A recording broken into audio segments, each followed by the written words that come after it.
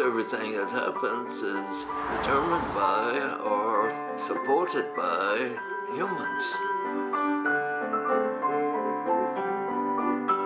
Previously, life was rather determined, and humans adapted to it.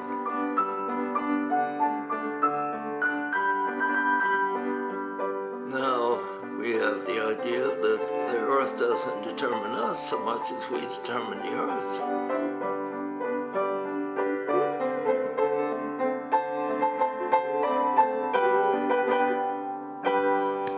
Good girl. That was nice. That was very nice. The 20th century was when humans had a use relationship with the natural world, as well the natural world is now saying to humans, "You used me."